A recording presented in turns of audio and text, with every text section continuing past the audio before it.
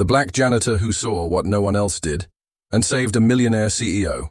Comment below from which city you are watching and subscribe if you liked the video. Everyone else walked past.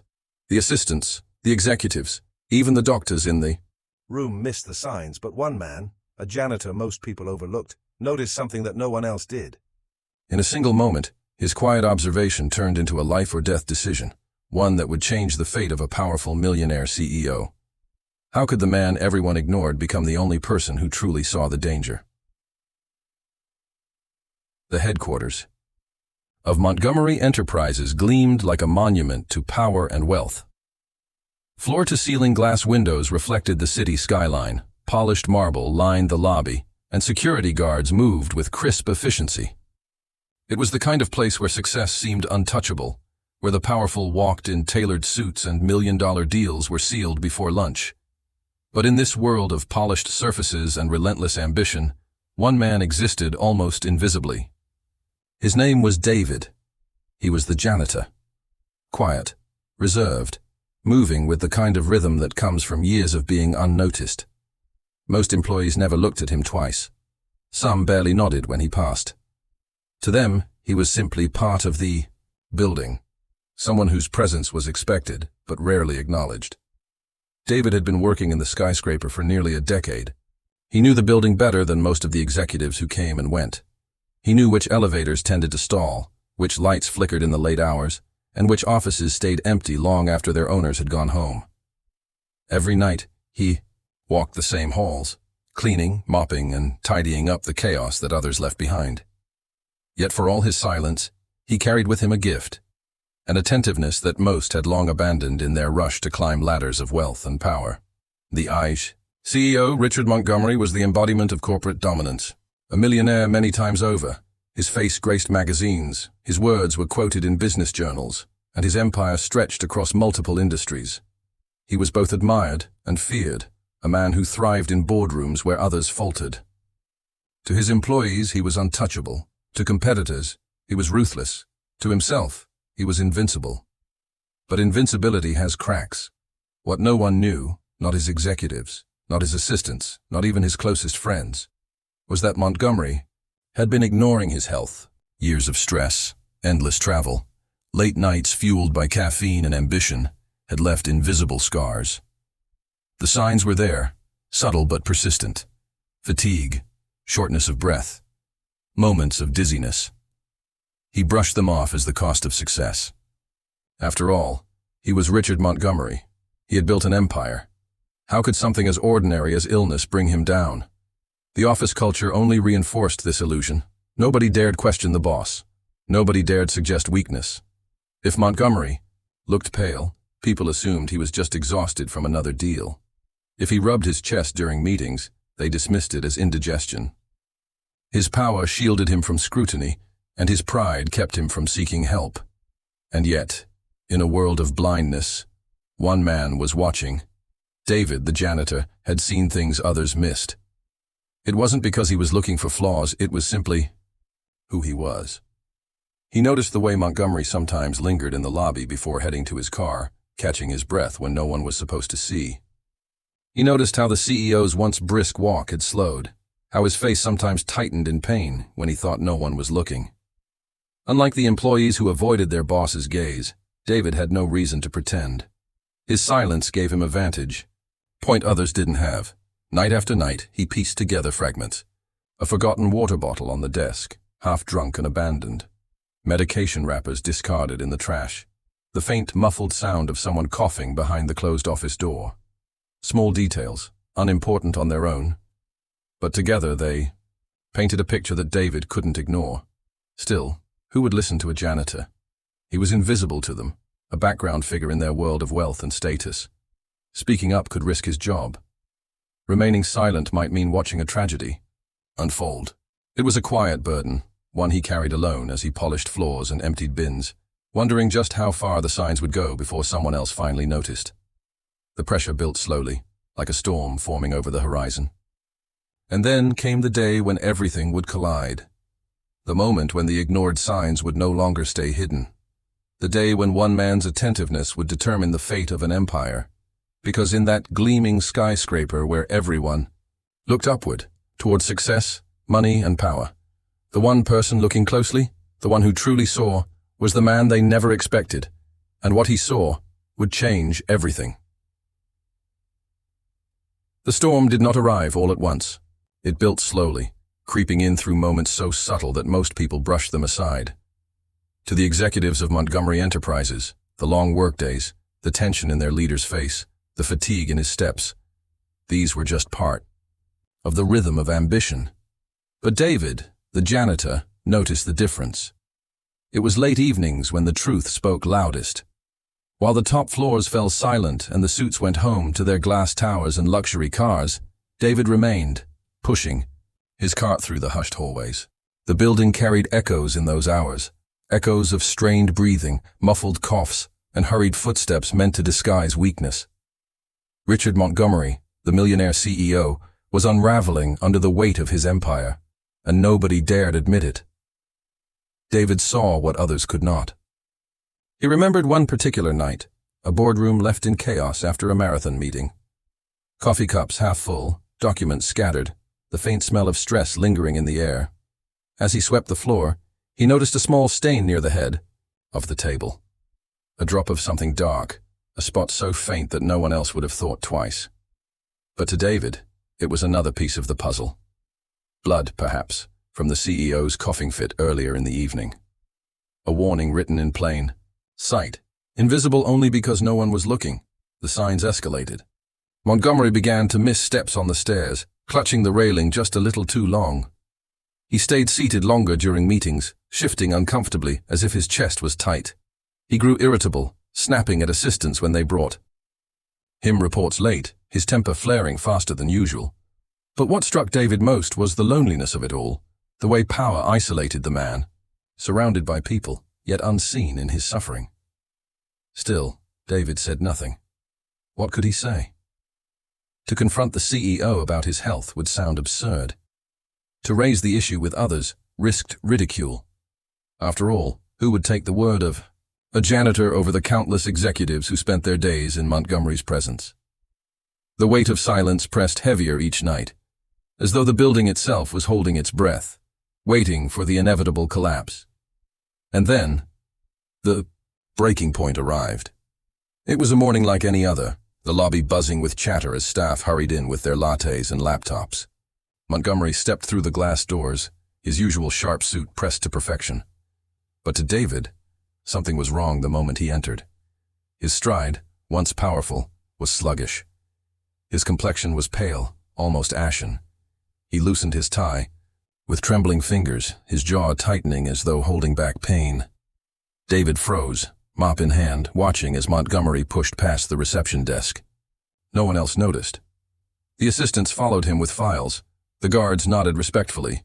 The employees whispered about deadlines, all blind to the fact that their leader was unraveling in plain sight. Hours later, the alarms finally rang. Not fire alarms, not security alarms, but the alarm of panic itself. In the middle of a critical meeting, Montgomery's voice faltered. He leaned on the table, his hand pressed against his chest, papers slipping from his grip. Executives froze, their silence betraying the disbelief that their invincible leader could falter. Then, in a sudden moment of collapse, Montgomery crumpled to the floor. Chaos erupted. Shouts echoed through the boardroom, phones fumbled from hands, assistants screamed for help. Yet even in the flurry, no one acted with clarity. People stared, paralyzed by fear and confusion. They had never seen their fortress of strength so vulnerable. David, on the other hand, moved. He had seen this moment coming, had pieced together the fragments long before the collapse. While others panicked, David's steps were steady. He reached Montgomery before the executives even thought to kneel. Kneeling on the polished floor, he checked the CEO's breathing, his pulse, the color draining from his face. Years of observation had prepared him for this exact second, but it wasn't just instinct, it was courage, because even now, as he pressed into action, David felt the eyes of the room burn into him. Executives stared, not in gratitude, but in disbelief. The janitor, the man they had overlooked 1,000 times, was the only one with enough presence of mind to save their leader. Yet David didn't waver. He placed Montgomery on his side, loosening his tie, elevating his head, calling out for medical help with a voice that demanded urgency. And as the paramedics rushed in minutes later, guided by David's clear instructions, one truth became undeniable. The millionaire CEO's life had been spared not by the wealth that surrounded him, not by the executives who worshipped his success, but by the man they all ignored. Still, this was only the beginning. The aftermath rippled through the skyscraper like a shockwave. Whispers filled the hallways. How had no one else noticed? How had a janitor been the one to act while others froze? The executives shifted uncomfortably in their suits. The assistants exchanged uneasy glances, and Montgomery himself, recovering in silence, faced the humbling realization that his empire had nearly collapsed because of his own pride. For David, the storm had only grown heavier. He had saved a life, yes, but in doing so, he had shattered the illusion of invincibility that the company thrived on. And in the days that followed, he would face the weight of that truth, as the building that had ignored him for years finally turned its gaze his way. The question was no longer whether he had seen what others ignored. It was what would happen, now that everyone finally saw him. The janitor who had once lived in shadows was now at the center of an empire's reckoning. But would he be embraced as a hero, or crushed by the very power he had exposed? The silence in the boardroom lingered long after the meeting ended. Executives filed out quietly, avoiding one another's eyes, their polished shoes clicking against the marble floor like the faint echoes of defeat. Assistants, once eager to catch scraps of conversation, now stood back, wary of the storm that had just passed. And in the middle of it all, David remained. For years, he had walked these halls unseen, a shadow among suits, the man who scrubbed away the evidence of other people's success. But now, every eye followed him. He was no longer invisible. His presence was no longer background noise.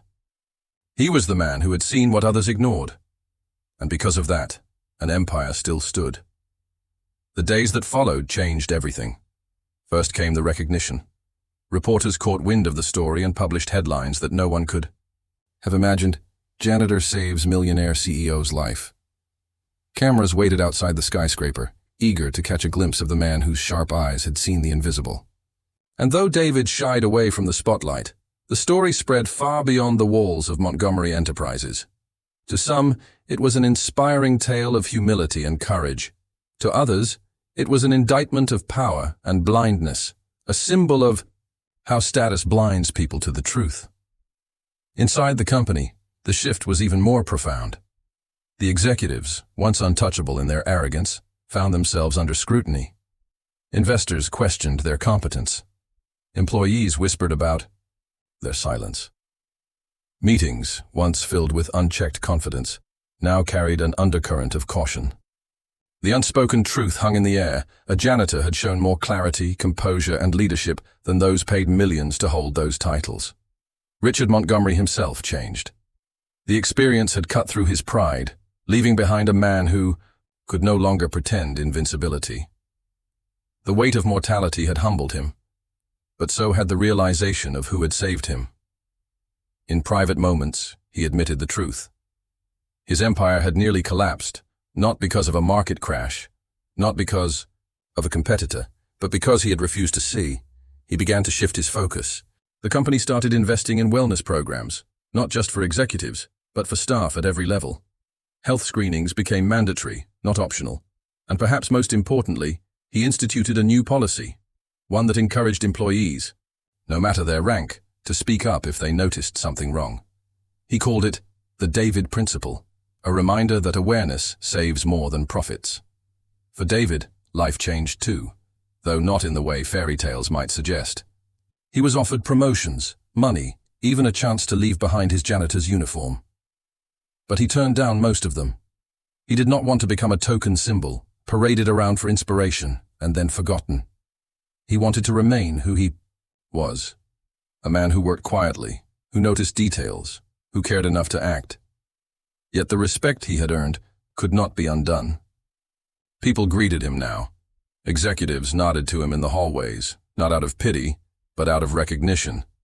Employees who once passed him without thought now stopped to talk, to ask about his day, to thank him. He had become, in his own way, the heart of the building, not because of a title, but because of his truth. The impact reached beyond the skyscraper. In communities across the city, stories spread of overlooked workers, janitors, cleaners, guards, delivery drivers, people who saw what others did not. David became a quiet symbol for them all, proof that dignity is not defined by a paycheck, and that the sharpest eyes often belong to those nobody sees. But even as his story spread, David never changed. He still walked the same halls, still pushed his cart, still polished the floors that gleamed under the weight of ambition. Only now, he did it with the knowledge that people finally saw him. And though he never sought attention, he carried with him the quiet power of knowing that he had changed not just one man's life, but an entire empire's vision. The skyscraper itself felt different.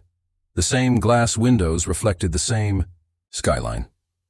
The same boardrooms echoed with the same deals, but something unseen had shifted. Power had been humbled, pride had been cracked, and somewhere in the rhythm of daily life, a lesson had been carved into the walls, that greatness is not always loud, and that sometimes the most powerful act is simply to notice. Years later, the story would still be told. New employees would hear whispers of the janitor who saved the CEO. Executives, now tempered by caution, would invoke his name in moments of crisis. And for those who had been there that day, those who had watched him kneel in the boardroom while everyone else froze, the memory would never fade. Because in that moment, they saw something they could never unsee. The truth that worth is not defined by status, and that life itself can be saved by the person you least expect. And as for David, he never considered himself a hero. To him, he had simply done what needed to be done.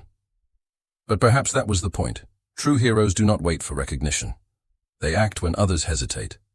They see when others look away, and in the end, that is what changed everything. So the question lingers, not just for Montgomery Enterprises, not just for the city, but for anyone who hears the story. Who are we overlooking today, and what might they see that we refuse to?